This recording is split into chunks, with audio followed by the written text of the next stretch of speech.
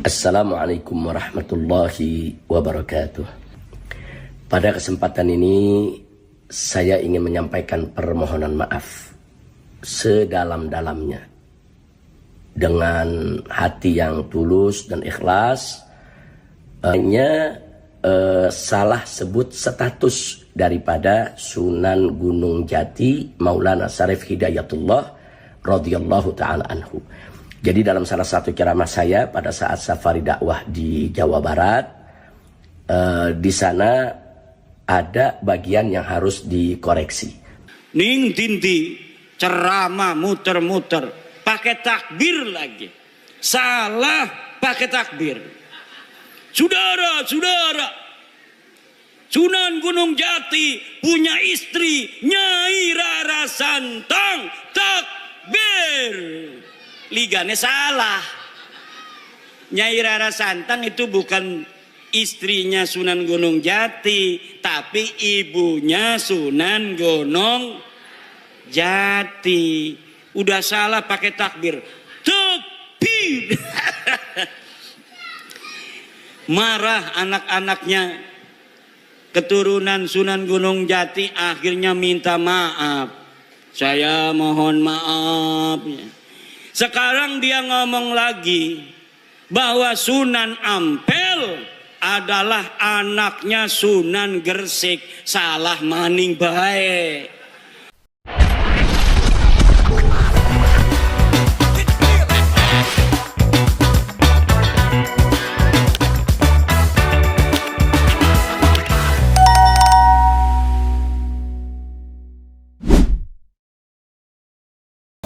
Assalamualaikum warahmatullahi wabarakatuh, sahabat pelita yang dirahmati Allah ya. Barusan kita sudah menyimak cuplikan video, tetapi video barusan bukan serta-merta mewakili keseluruhan isi video.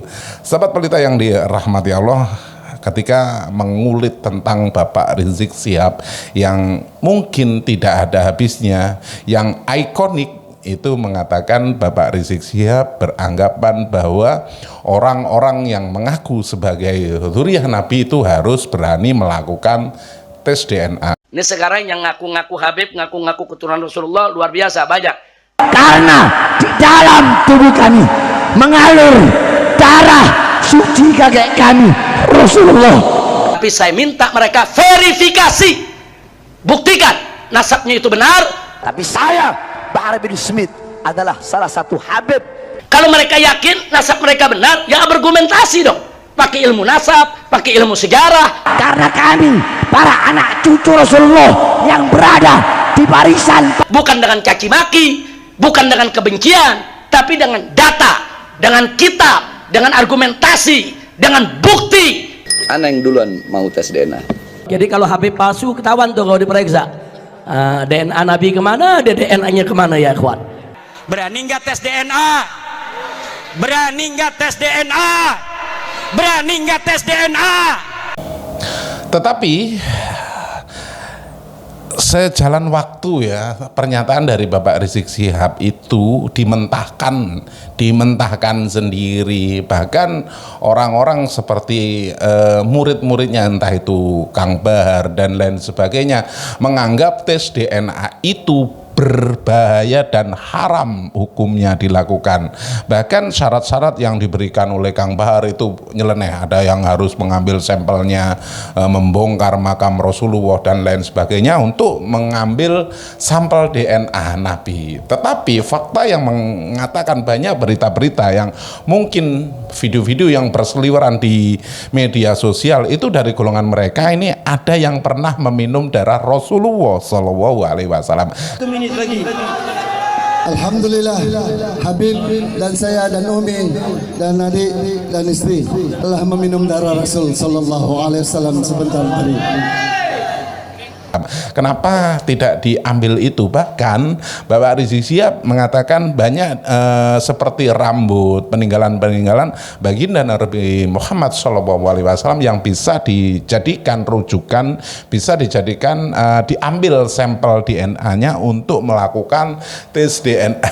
Tetapi setelah banyak oknum-oknum dari golongan mereka ini melakukan tes DNA dan tidak seperti apa yang diinginkan hasilnya, maka lain dulu lain sekarangnya apa? Dulu mengatakan wajib melakukan tes DNA, sekarang malah mengingkari dan menolak perkataannya sendiri. Ibarat kata itu tadi, lain dulu lain ini lalang. Nah sahabat pelita yang dirahmati Allah, untuk melihat bagaimana kelanjutan videonya, alangkah baiknya kita simak bareng-bareng. Tetapi sebelum kita lanjut, buat Anda yang belum subscribe channel ini, jangan lupa dukung channel ini dengan cara di like, di share, dan tombol loncengnya diaktifkan biar Anda tidak ketinggalan kabar info terbaru dari channel ini. Monggo disimak videonya. Ini dia, silahkan. Kata mereka Wali Songo juga sama turunan Baklawi, padahal dari zaman dulu mereka menghina-hina Wali Songo, keturunannya tidak ada. Wali Songo keturunannya terputus. Tapi sekarang sudah diteliti mereka bukan cucunya Nabi. Mereka katakan Wali Songo itu keluarga mereka, Baklawi. Rizik Syihab mengatakan bahwa Wali Songo Sunan Gunung Jati, anaknya yaitu Sultan Hasanuddin, adalah merupakan keturunan dari Baklawi sama dengan Habib-Habib. Iki arane pengen ngegawa Wali Songo rungkat kaya dewekanane. Mereka sudah rungkat, mereka tidak sudi, tidak ridho. Kalau hanya mereka yang rungkat, mereka juga ingin bawa-bawa Wali Songo yang asli putune Nabi. Wali Songo asli putune Nabi. Pengen supaya Wali Songo juga sama-sama putus nasabnya, sama-sama rungkat nasabe 2024. Ning dindi ceramah muter-muter pakai takbir lagi. Salah pakai takbir. Saudara-saudara, Sunan Gunung Jati punya istri Nyai Rara Santang, takbir. Ligane salah. Nyai Rara Santang itu bukan istrinya Sunan Gunung Jati, tapi ibunya Sunan Gunung Jati. Udah salah pakai takbir. Takbir. Marah anak-anaknya. Keturunan Sunan Gunung Jati akhirnya minta maaf. Saya mohon maaf. Sekarang dia ngomong lagi bahwa Sunan Ampel adalah anaknya Sunan Gresik. Salah maning bae. Kalau di Banten dia takut sama cucu-cucu Sultan Hasanuddin seperti saya sampai dia minta maaf. Sekarang saya tantang cucu-cucu Sunan Ampel yang ada di Surabaya, bisa tidak mereka membuat Rizik Syihab minta maaf kepada keturunan Sunan Ampel Surabaya?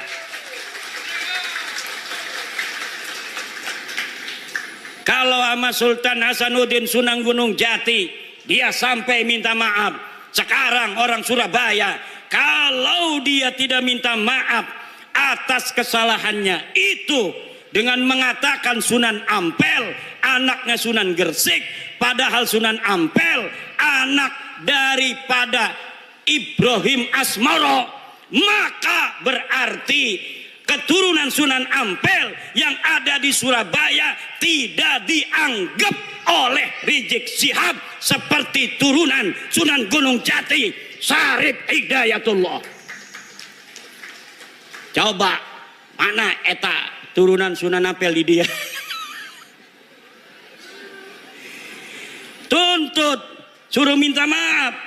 Bukan bapaknya Sunan Ampel Ibrahim Asmoro Kondi. Kalau Sunan Gresik itu Maulana Malik Ibrahim. Harus minta maaf. Semakin ngomong semakin banyak salahnya dia. Karena apa? Bukan ahli nasab, nggak ngerti nasab, maksa-maksain bicara nasab. Saking marahnya sama saya, marah bener sama saya itu. Saya sejak kecil jadi cucu Nabi. Masa mau mati jadi mantan cucu Nabi? Yang bener aja. Ama Roma Irama marah juga. Roma Irama sampai ditelepon marah. Kata Roma Irama, siapa lu negur-negur gue? Wih, hebat juga tuh Bang Haji. Bang Haji Roma kenal, Bu? Bu, kenal nggak Bang Haji Roma? Yang nyanyi apa contoh lagunya? Sebujur Bangkai. Satu lagu Roma Irama Sebujur Bangkai lebih utama dari ceramah para habaib 70 habaib. Satu lagu Sebujur Bangkai Roma Irama lebih mulia dan lebih manfaat bagi umat Islam daripada ceramah 70 habaib.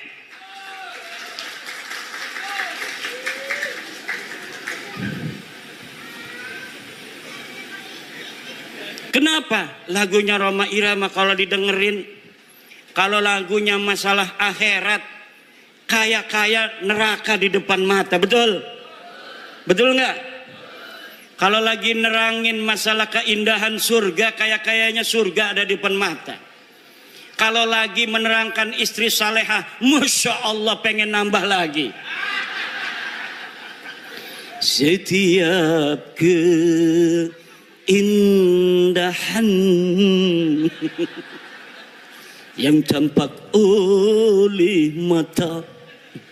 Apa tuh? Nggak hafal saya. Ada kiai yang hafal seluruh lagu-lagu Roma Irama. Namanya Kiai Haji Raden Sarip Rahmat. Itu di rumahnya bukan kitab dia mah, kaset semua.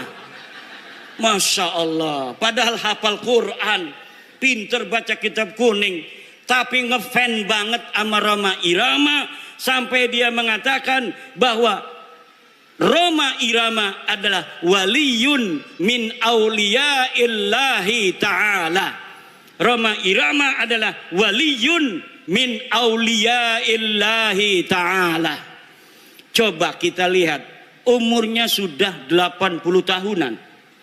Tapi ketika mendengar tentang tesis saya, dia ingin menelusuri, dia ingin meneliti. Kemudian sekarang dia mempunyai keyakinan bahwa para habib ini bukan keturunan baginda Nabi besar Muhammad sallallahu alaihi wa alihi wasallam. Kalau orang siapa saja yang masih ragu-ragu di hatinya, takut kewalat, maka lihat sebelum ayat Aqsal Madinah. Qalu inna tatayyarna bikum la illam tantahu lanarjumannakum wa la yamassannakum minna adzabun alim. Mereka orang berkata, inna tatayyarna bikum, nanti aku kewalat kalau mengikuti agama Islam Nabi Isa. Kata Rasul-Rasul itu,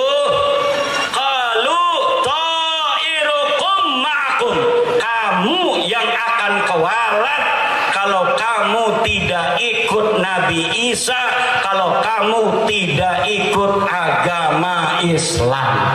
Pada kalau masalah habib, lamun ana sing ngomong, kalau ada yang berkata bahwa orang-orang yang membatalkan nasab Ba'lawi dia akan kewalat, maka saya katakan ta'irukum ma'akum, kamu yang akan kewalat karena kamu telah mengakui orang yang bukan keturunan Nabi sebagai keturunan Nabi. Orang yang mengakui, memasukkan bukan keturunan Nabi sebagai keturunan Nabi, dia akan kewalat. Dia telah menyakiti baginda Nabi, dia telah menyakiti ibunda Khadijah Al-Kubra, dia telah menyakiti Sayyidah Fatimah Az-Zahra, dia telah menyakiti Sayyidina Ali karramallahu wajhah. Kenapa? Kenapa kamu yang akan kualat? Karena kamu mengaku durian Nabi tidak punya dalil. Aku Imaduddin Usman membatalkan nasab kamu dengan dalil-dalil. Ini dalilnya dari kitab nasab. Mulai abad kelima, 6, 7, 8, 9 tidak ada leluhur kamu disebut, dicatat sebagai keturunan baginda Nabi. Ini kitab sejarahnya. Mulai dari abad keempat, 5, 6, 7, 8, 9 tidak ada leluhur kamu dicatat dalam sejarah sebagai apapun, baik sebagai ulama maupun sebagai turun Nabi. Tidak ada leluhurmu yang jadi ulama, tidak ada leluhurmu yang jadi wali, tidak ada leluhurmu yang dicatat sebagai keturunan Nabi. Lalu kamu katakan Ubaidillah sebagai imam. Imam dari mana? Kamu katakan Alwi sebagai muhaddis. Muhaddis dari mana? Tidak ada orang yang mencatat di masanya pada abad ke-5, ke-6, ke-7 mereka sebagai ulama, mereka sebagai muhaddis, mereka sebagai turun Nabi. Teu aya, pokok nama teu aya. Ngerti ente? Ya kalau sudah tidak ada dalil, premen maning. Imad tolong si husnudon beh. Ora bisa, doraka kita. Asup ka neraka aing. Lamun geus nyaho sia lain keturunan Nabi, tapi orang masih ngomong sia turun Nabi, aing asup ka neraka. Aing mah embung asup ka neraka eta. Aing mah embung asup ka neraka. Kita mau ora pengen manjing neraka. Ku ibu-ibu pengen ora manjing neraka.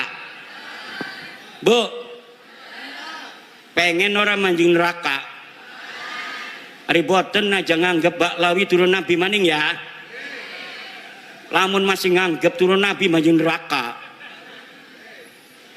Ada kiai protes sama saya.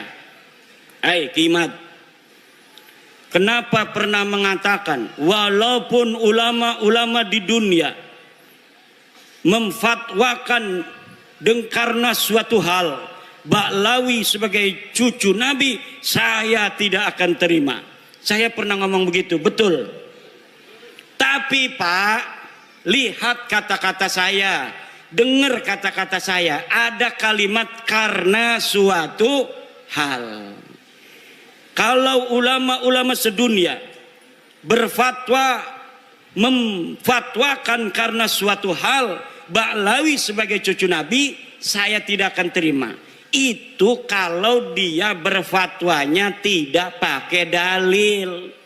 Karena suatu halnya itu misalnya pertemanan, seperti Syekh Ali Jum'ah Mesir, karena berteman dengan Habib Umar bin Hafid, dia kemudian mengisbat Baklawi. Syekh Ibrahim bin Mansur, karena dia sama-sama nasabnya putus, dianggap putus oleh orang Arab, haplogrupnya juga bukan J1, Ibrahim bin Mansur. Akhirnya Ibrahim bin Mansur sekarang membantu Baklawi, Baklawi membantu Ibrahim bin Mansur. Itu namanya karena suatu hal. Kalau mereka datang dari seluruh dunia membawa dalil, maka kita terima, walaupun itu akan mustahil. Mustahil ditemukan dalil-dalil tentang ketersambungan Baklawi. Kenapa saya berani mengatakan mustahil? Karena algoritmanya tidak memungkinkan.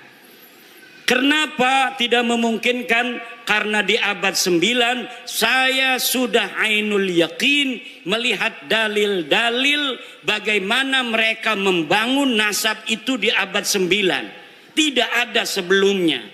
Maka tidak mungkin akan ditemukan dalil di abad ke-8, dalil di abad ke-7, dalil di abad ke-6. Tidak mungkin ditemukan karena algoritma pembentukan, fabrikasi daripada nasab mereka hanya baru ada di abad 9. Kalau sampai mereka bawa manuskrip katanya abad ke-6, ke-5, saya pastikan itu manuskrip palsu. Apakah ada buktinya? Woi Kiai ngomong manuskrip palsu. Saya sudah menemukan banyak pemalsuan di dalam sejarah Ba'lawi. Saya banyak menemukan banyak pemalsuan dalam kitab-kitab Ba'lawi, seperti kitab Abnaul Imam yang ditulis abad kedua Hijriah, lalu ditambahin di abad kelima, kemudian dikatakan sebagai kitab abad kelima. Padahal kitab itu ditambahin lagi pada abad ke-11, pada abad ke-13. Jadi apa yang tercatat di dalam kitab Abnaul Imam bukan semata-mata abad kedua, bukan semata-mata abad kelima, bukan semata-mata abad 11, bukan semata-mata abad ke-13, dan bukan semata-mata dicetak pada abad 15 sekarang. Ini baru dicetak. Tetapi dari banyaknya penulis dari satu masa ke masa yang lainnya, tidak ada dibedakan ini catatan dari abad 2, ini catatan dari abad 5, ini catatan dari abad 11, ini dari abad 13. Tidak dibedakan. Kalau kita ngaji kitab Fathul Qorib, ada matan takrib, ada Fathul Qorib. Untuk membedakan matan dan sarahnya itu ada dalam kurung. Kalau yang dalam kurung itu matan, yang selebihnya itu syarah. Tapi dalam kitab Abnaul Imam tidak dibedakan mana karya Toba-Toba, mana karya yang lainnya. Jumlahnya semuanya ada 4 orang, 5 dengan muhakkiknya. Mereka telah mencetak kitab dengan ditambahi, kemudian diasosiasikan nama ulama tertentu yang ulama itu tidak mencatat daripada apa yang mereka tambahkan. Masih banyak lagi ibu-ibu, bapak-bapak, karena ini udah sore, insya Allah nanti kita akan bisa berjumpa kembali. Kita berdoa, ibu-ibu panjang umur, sehat badan, banyak duit, anaknya soleh solihah, bapak-bapak juga semuanya banyak duitnya. Ini yang hadir di sini dan anak keturunannya ila yaumil qiyamah jadi orang kaya raya semua, jadi orang yang berilmu semua, jadi orang yang berpangkat tinggi semua, bermanfaat dan menjadi pahlawan untuk generasinya masing-masing. Allahumma amin, Allahumma Al-Fatihah.